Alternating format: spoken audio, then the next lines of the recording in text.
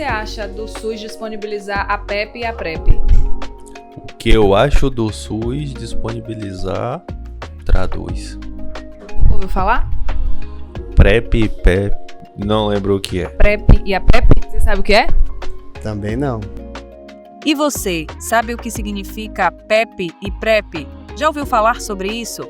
As siglas significam profilaxia pós-exposição, PEP, e profilaxia pré-exposição, PrEP. São medicamentos que previnem a infecção pelo HIV. Mas calma, pessoal, não precisa torcer o nariz para esse assunto. Esse papo aqui vai ser diferente. Disparo contra o sol, sou forte, sou por acaso. Minha metralhadora cheia de mágoas. Eu sou o cara. Cansado de Por muitos anos, falar sobre HIV era um tabu. O medo, o preconceito e a desinformação dominavam a sociedade. Ter o vírus HIV nos anos 80 era uma sentença de morte. Mas com o passar do tempo, o avanço da ciência, novos estudos, tudo isso trouxe novas formas de prevenção, como a PEP e a PrEP. No Conexão INTS de hoje, vamos trazer todos os detalhes sobre esses medicamentos. Falar como acontece esse tratamento, quem pode tomar, os efeitos colaterais, ouvir depoimentos, conversar com médicos, enfim, tudo sobre esse assunto. Então, aumenta um pouquinho o volume do celular, ajeita o fone de ouvido, que o nosso episódio de hoje já está no ar.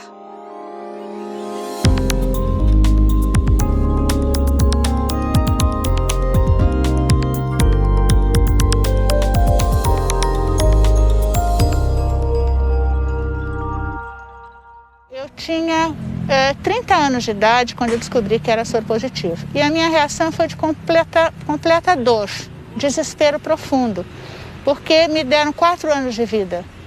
E nesses 4 anos eu tinha que resolver toda a minha vida, inclusive a minha filha, que tinha 14 anos na época. Em 1994, a filha dela se casou e Genice foi avó pela primeira vez. E aquilo era o exemplo que eu podia lutar pela vida, que a minha escolha de viver era possível. Um ano depois, em 1995, nascia o Gabriel, filho de um casal de funcionários públicos lá de Curitiba. Ele ainda era um bebê quando, no Canadá, apresentaram um estudo que provava que um conjunto de remédios podia controlar o HIV. No final de 1996, o chamado coquetel começou a ser disponibilizado pelo Sistema Público de Saúde do Brasil. 2 anos depois, Genice começou a tomá-lo. Viver com HIV hoje, para mim, que tenho casa, que tenho comida, que tenho condição de vida, não é uma coisa tão complicada. Eu acho que o difícil é viver com HIV hoje, tendo fome, não tendo trabalho. Acabamos de ouvir Janice, que convive com o HIV sem apresentar sintomas graças à evolução do tratamento. Já o cantor Cazuza morreu em decorrência da AIDS com 32 anos em julho de 1990. Cazuza teve uma carreira meteórica. Em apenas 7 anos, gravou 280 músicas. Quando descobriu que estava com HIV, teve medo de assumir a doença por conta do preconceito daquela época. Durante uma entrevista à jornalista Marília Gabriela, em 1989, Cazuza negou que tinha contraído o vírus. Você está muito doente mesmo? Eu não tô um cara de doente, né? Eu tive muito mal mesmo. Mas agora eu tô ótimo. Tô levando minha vida normal, tô fazendo meus shows, fazendo minhas farras, tomando meu porre. Eu tô perguntando isso porque você sabe, quer dizer, tá sempre muito associado o teu nome a AIDS. AIDS, é. Você tá aidético? Não tô aidético, não. Eu tive um problema muito sério, entendeu? Eu tive uma coisa de pulmão seríssima, estranhíssima. E realmente eu achei que eu tivesse com AIDS. E não tinha coragem de fazer o exame. Mas agora tá tudo legal. Agora, essa coisa de AIDS, de tudo, às vezes eu acho que eu devia até participar mais, sabe? Fazer. Não andaram te convidando a fazer campanha de prevenção? Olha, nunca me convidaram, assim, de ligar pra minha casa e perguntar. Agora, se tivessem me chamado, aquelas primeiras campanhas eu não faria. Porque eu não faria nunca uma campanha que diz assim, AIDS mata. No mesmo dia dessa entrevista, durante o intervalo do programa, Marília Gabriela questionou a Cazuza por que ele estava escondendo a doença e argumentou que ele não devia nada a ninguém. Isso ficou na cabeça do músico, que já estava magro, debilitado. Ele acabou compartilhando com a banda que estava sendo incoerente ao negar o vírus. Me lembro do momento, quer dizer, de quando ele conversou com a gente, que ele ia abrir para todo mundo que ele estava com AIDS. Ele falou, cara, eu não posso cantar o que eu tô cantando, cantar Mostra a Sua Cara, se eu não estou mostrando a minha, né?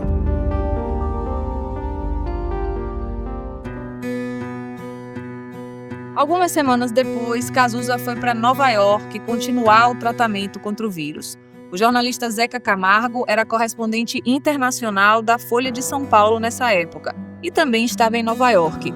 Foi quando ele conseguiu uma entrevista exclusiva com Cazuza. Me falaram, olha, o Cazuza está passando aí para Nova York, a caminho de Boston, para fazer um tratamento, vai falar com ele. Ele não sabia o hotel em que o Cazuza estava, mas ele sabia a avenida e o número do quarto. Então ele foi ligando, para os principais, até que quando chegou no Regency, pum, o Cazuza atendeu. Não nos conhecíamos nem por telefone, ele disse, vem aqui agora. Cheguei para a entrevista apreensivo com 1 milhão de dedos. A entrevista começou falando de amenidades e o Zeca, enfim, perguntou sobre a passagem por Boston e a internação. O diálogo revelado por ele foi assim. Cazuza responde, essa doença, eu tô com essa doença e tô sem saco para tantos exames. Mas você não tá afim de saber que doença é essa? Não, eu tô muito de saco cheio, sem paciência. Sem paciência pra quê? Pra essa coisa, essa maldita. Mas o que é essa maldita? Aí o Cazuza pegou a taça do vinho que ele tinha aberto, tomou um gole e, sem olhar para a cara do Zeca, falando com um olhar distante, falou, olha, escreve aí, a maldita é a AIDS. Estou com AIDS e não aguento mais. Não é isso que vocês querem saber? O Zeca conta que ficou sem reação na hora e o Cazuza continuou falando. Eu não revelei até agora sobre a doença por causa do público, mas o público não ficaria ao seu lado? Ficaria, mas não do jeito que eu quero. Teriam pena de mim. A entrevista seguiu e num determinado momento, o Cazuza então dá mais um gole e diz que ele não queria que as pessoas tivessem medo dele por causa da AIDS. E aí ele oferece a taça ao Zeca e diz, e você? Você tem medo de mim? Olha o que ele fez. O vinho chegou e ele serviu o vinho no copo. Falou, você quer tomar comigo? Eu falei, claro. E me ofereceu do copo dele. E que imediatamente eu tomei. É como se ele tivesse falado, você tem coragem de tomar do meu copo? Ele deu uma pequena hesitada. Ele falou, bota aí, escreve aí que eu tô com a maldita. No Brasil, a PrEP começou a ser oferecida pelo SUS em 1999, inicialmente para vítimas de violência sexual e profissionais de saúde expostos ao HIV. PrEP, pessoal, lembrando, é um medicamento usado após a possível contaminação. Já a PrEP começou a ser disponibilizada pelo SUS em 2018. Bom, agora eu vou conversar com Gabriel Barbosa de Souza, ele tem 28 anos, é programador, mora aqui em Salvador, na Bahia. Gabriel, obrigada pela entrevista. Queria saber por que você começou a usar a PrEP. Obrigado a você. Eu comecei a usar a PrEP por medo de doenças. A princípio, porque usando o medicamento, ele tem a prevenção apenas do HIV. Porém, eu tenho um acompanhamento a cada 4 meses com o médico e qualquer IST que eu venha pegar, eu fico sabendo logo no início e consigo tratar ela imediatamente. Você toma há quanto tempo? 5 anos. Você teve algum efeito colateral? No começo, sim. Sentiu o quê, Gabriel? Dor de barriga, diarreia, coisa simples, assim, não foi nada muito forte. O médico me disse que era normal, era comum isso acontecer. Eu cheguei a participar de pesquisa na época, porque a PrEP, ela é meio recente. Sim. Naquela época era mais recente ainda. E aí eu cheguei a participar de pesquisa sobre o uso e os efeitos. Mas os efeitos que não comparava a segurança que você sentia ao tomar o medicamento, né? Isso. E aí você toma diariamente, como é que é o uso? O que eu uso é diariamente. Hoje tem outros métodos, tem o injetável, tem o que você toma por demanda, que você só toma quando você vai ter relação sexual. Mas hoje você toma um todo dia, Sim. No mesmo horário, para não esquecer. E se esquecer, acontece o quê? Eu não posso esquecer durante 5 dias. porque aí eu perco a proteção. Se ele Mas esquecer um dia ou dois, tá tranquilo. Como é que funciona assim a cabeça das pessoas que tomam a PrEP? As pessoas são muito despreocupadas em relação a isso. Só ficam preocupadas quando se contaminam com algum IST. Então, hora, no momento do fogo, as pessoas fazem relações sexuais sem proteção e não se importam. A partir do momento que surgiu esse medicamento, deu um certo conforto para essas pessoas não contraírem o pior, que é o HIV. Você conhece alguém que tem HIV? Conheço, eu tenho amigos que têm e que contraíram. Eu já tomava PrEP no período e eles contraíram. Eu já entreguei testes rápidos para um amigo, ele não fez. Se ele tivesse feito, ele teria descoberto mais cedo a AIDS. Ele ficou internado por um bom tempo, quase veio levar a óbito, mas ele se salvou e tá ótimo hoje. Eu já passei preconceito por usar PrEP. Como foi isso? Me conte tudo. Devido a um trabalho que eu estava fazendo, eu trabalhava como mecânico, eu estava sem beber água direito e fiquei com infecção urinária e suspeita de pedra nos rins. Fui para UPA, foi quando descobriu que era infecção urinária e provavelmente pedra no rins. O médico me encaminhou para que eu fizesse outra ultrassom em outro lugar, mais detalhada, para que conseguisse ver. Só que nesse período, meus tios que estavam comigo no Natal, foi exatamente no Natal, no dia 25 isso, eles já não gostavam pelo fato de eu usar PrEP. Eles nunca pararam para pesquisar, só entender o que era. E pegaram todos os meus documentos, as coisas que eu tinha para levar pro médico. Acharam que você estava com HIV? Chegaram a achar que eu estava com HIV, acharam um monte de coisa. Apenas uma tia minha, que é ex-mulher, hoje ela é ex-mulher do meu tio de sangue, ela foi a única que pesquisou sobre o medicamento e achou maravilhoso. Ela foi a única. O resto, todo mundo com preconceito, achando que eu tava com HIV, achando que eu tava fazendo uma pesquisa, me submetendo a algo que eu não sabia nem o que era. Desinformação. Isso. Você acha que quem toma a PrEP tem mais amor à vida? Acho que sim. Eu conversei também com o Dr. Anderson Vinícius Mota. Ele é médico infectologista, coordenador do Serviço de Controle de Infecção Hospitalar do Hospital de Brotas, em Salvador, na Bahia. E ele me explicou melhor o uso da PrEP. Doutor Anderson, eu queria que o senhor explicasse um pouco sobre o que é a PrEP e depois também o que é a PEP. Boa tarde. Então, a PrEP e a PEP são parceiras, amigas na prevenção do HIV. Quando a gente fala de saúde sexual, elas vão ser estratégicas para pessoas que têm risco aumentado para exposição de HIV nas suas práticas sexuais do dia a dia. A PEP é a profilaxia pós-exposição, onde você pode ser prescrito caso você tenha tido uma exposição sexual, ou em caso de profissionais de saúde, exposição pérfuro cortante com um paciente que tenha HIV confirmado ou de uma fonte que você não conheça, e você faz a PEP, você toma uma medicação por um determinado período de tempo para que você não, caso aquele acidente tenha sido de uma pessoa que tem HIV ou a relação sexual tenha sido com uma pessoa que tem HIV, você não contrai o HIV. E tem a profilaxia pré-exposição, que é para pessoas que têm, só vai servir para pessoas que têm risco aumentado de contração de HIV por via sexual, não vai servir para profissional de saúde que trabalha com pérfuro-cortantes, é só para exposição sexual, para pessoas que têm práticas que têm risco aumentado de contrair HIV no sexo. Então essa pessoa pode fazer uso de uma terapia também medicamentosa para que, mesmo que ela tenha contato sem preservativo com uma pessoa que sabidamente tem HIV descontrolado, que é o HIV que transmite, que ela não se contamine, com taxas de efetividade de proteção de mais de 99% no caso da PrEP. E da PEP, da mesma forma, a gente vai ter mais de 99%, como a PEP é uma emergência, após exposição é uma emergência, caso realizada nas primeiras 24 horas, a primeira dose da medicação, você tem uma eficácia também de proteção de mais de 97%. O HIV hoje, a gente vive uma fase muito boa no tratamento de HIV, porque a gente tem drogas extremamente seguras, extremamente potentes e sem efeitos colaterais. Antes se chamava coquetel acertadamente, porque era um coquetel, você tomava uma caçamba de medicações, 2, 3 vezes ao dia, tinha uma que tinha que ficar na geladeira, tinha outras que emagrecia, tinha outras que dava náusea, que dava vômito, que dava anemia, era o terror.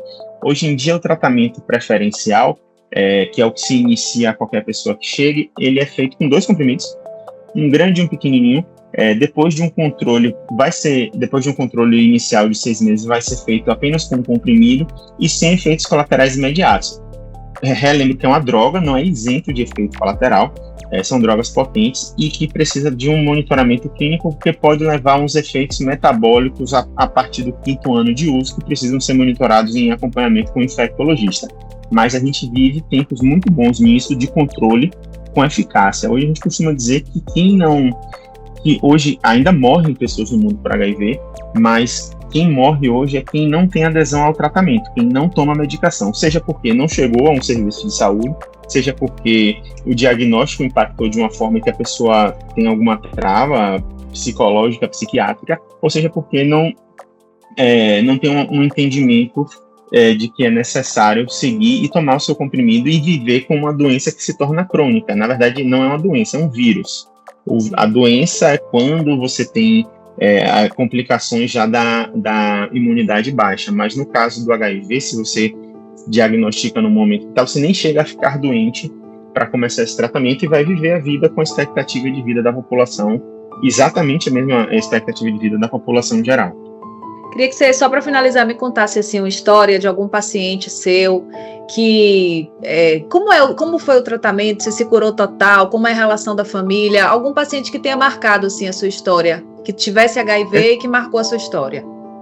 Tem uma paciente aqui que eu atendo em consultório que ela me chegou com um diagnóstico. Ela é uma senhora solteira de 64 anos e chegou com um diagnóstico porque foi abordada acho que no Campo da Pólvora, para fazer um teste rápido com a irmã, também uma senhora solteira, já idosa, e se testaram, ela deu HIV positivo. Ela me chegou aqui com as células de defesa, que a gente chama de CD4, de 1. A gente precisa, a população que não tem HIV tem em média 650, e a gente considera um bom controle no HIV acima de 350. Ela me chegou com uma unidade de célula de defesa e completamente assintomática. Ela não tinha perda de peso, ela não tinha nenhuma infecção oportunista, ela não estava grave, nada do tipo, ela estava muito desesperada e sem entender, provavelmente alguma parceria que ela teve no passado, não temos nem como estimar quando foi que ela contraiu. E com consultas quase semanais a gente fez ela entender que precisava tomar medicação. A gente conseguiu zerar a carga viral dela em 2 meses, porque a carga viral dela vinha bem elevada, ela provavelmente ia ficar doente num curto período, e hoje o CD4 dela já passou de 200, que é um dos primeiros alvos que a gente tem, e ela a gente suspendeu as profilaxias, porque enquanto a pessoa está em risco aumentado de ter infecções, a gente precisa dar antibióticos mesmo para fazer o que o sistema imunológico pode não estar conseguindo. Então essa paciente marcou por isso, porque ela é um perfil completamente inesperado de paciente, e ela chega potencialmente grave num momento chave ali, e hoje ela é super grata, ela traz café quase toda semana pra gente no consultório aqui. Ouvimos as explicações do Dr. Anderson, mas existe um outro lado para essa conversa, viu? O que acontece quando alguém sabe que tem o vírus e mesmo assim transmite para outra pessoa? Essa é uma questão bem delicada, que não envolve apenas saúde pública, mas também aspectos legais e éticos. Por isso, o Conexão INTS conversou com a advogada doutora Joana Ferrari.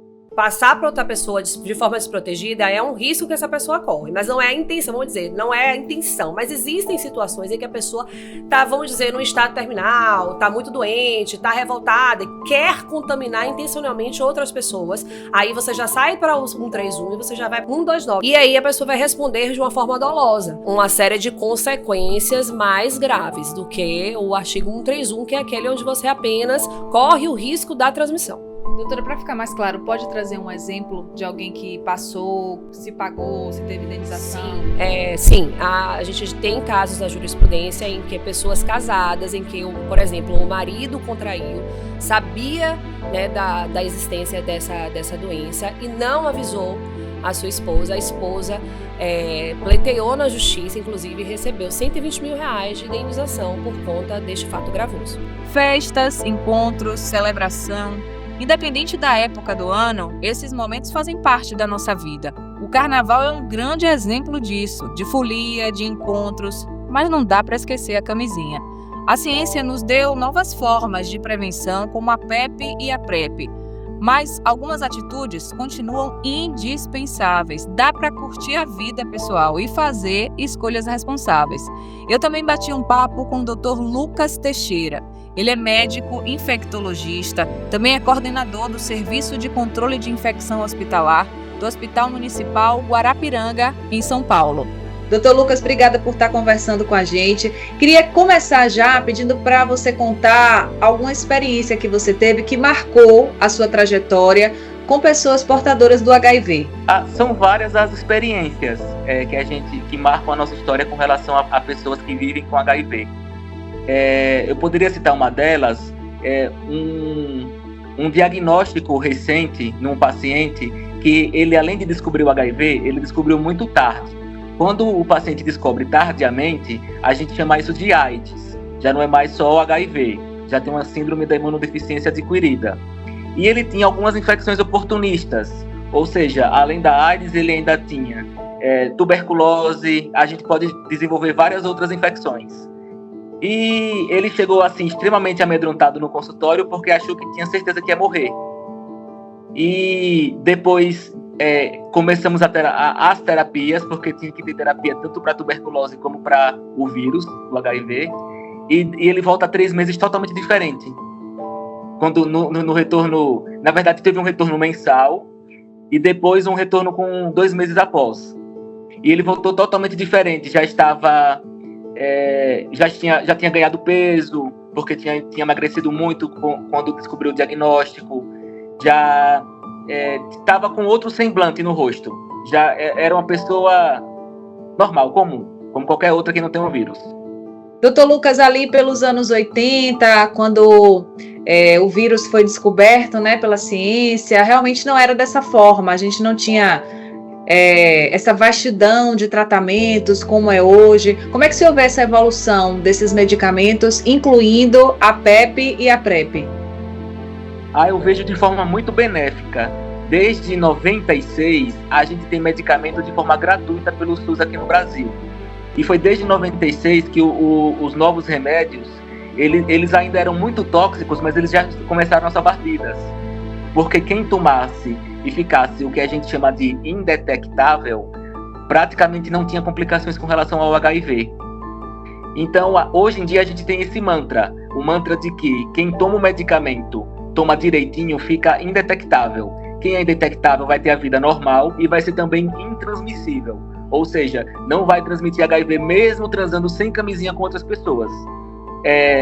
Muito embora a gente não aconselhe, né? A gente sempre aconselhe formalmente a usar o preservativo. Mas a gente sabe que se eventualmente não houver uso do preservativo, ele não vai transmitir o HIV. Cazuza cantava que o tempo não para, e realmente ele segue em frente. Mas algumas pessoas ainda vivem presas ao preconceito e acreditam que o vírus HIV pode ser passado num aperto de mão, num abraço ou numa simples conversa. A ciência já desmentiu isso. Não pensar mais em morte faz com que a gente consiga, eu tô com HIV, sim, vou me medicar, me medicando, eu além de não transmitir, eu não vou entrar em quadro de AIDS e eu vou poder ter a minha vida, eu vou poder continuar sonhando, eu vou poder continuar correndo atrás, eu vou poder continuar fazendo a minha faculdade, eu vou poder passar num concurso público, eu vou poder viver.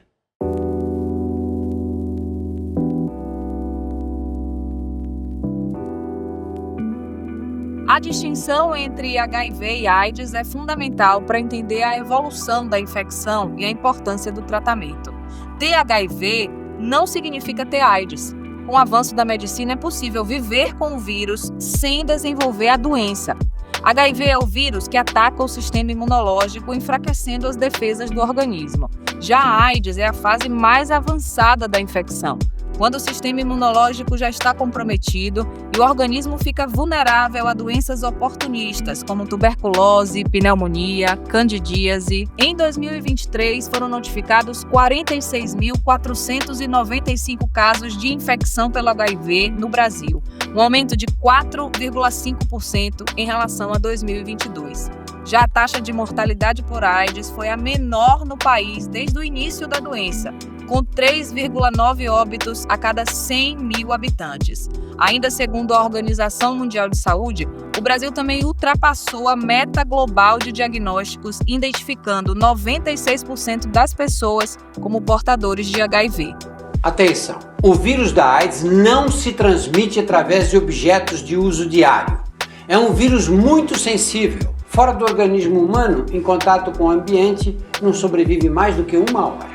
A AIDS se transmite através do sexo anal sem camisinha, sexo vaginal sem camisinha, transfusão de sangue e seus derivados antes de 1985, uso coletivo de agulhas e seringas contaminadas. Ela se transmite também da mãe para o filho na fase intrauterina, através do canal de parto e através do aleitamento.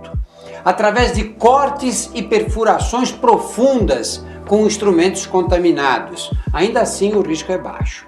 Sexo oral sem camisinha provavelmente tem um risco bem menor. A AIDS não se transmite nas relações sexuais sem penetração.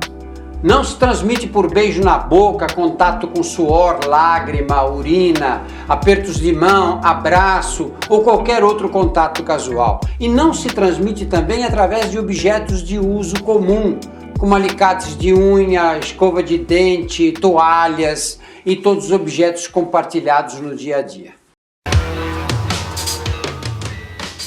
É isso então, Dr. Drauzio. Prevenção, consciência e respeito caminham juntos. A ciência evoluiu, os tratamentos estão aí, mas o conhecimento e a responsabilidade devem sempre ser celebrados. E a gente vai ficando por aqui. Muito obrigada pela sua companhia. Esse foi o nosso episódio número 31. O Conexão INTS é um produto da comunicação corporativa do Instituto Nacional de Tecnologia e Saúde. Não esquece de curtir, compartilhar e a gente se encontra no próximo episódio. Um beijo e até lá. Na direção contrária, sem pódio de chegada ou beijo de namorada. Eu sou mais um cara. Mas se você achar que eu estou derrotado, saiba que ainda estão rolando os dados, porque o tempo não para.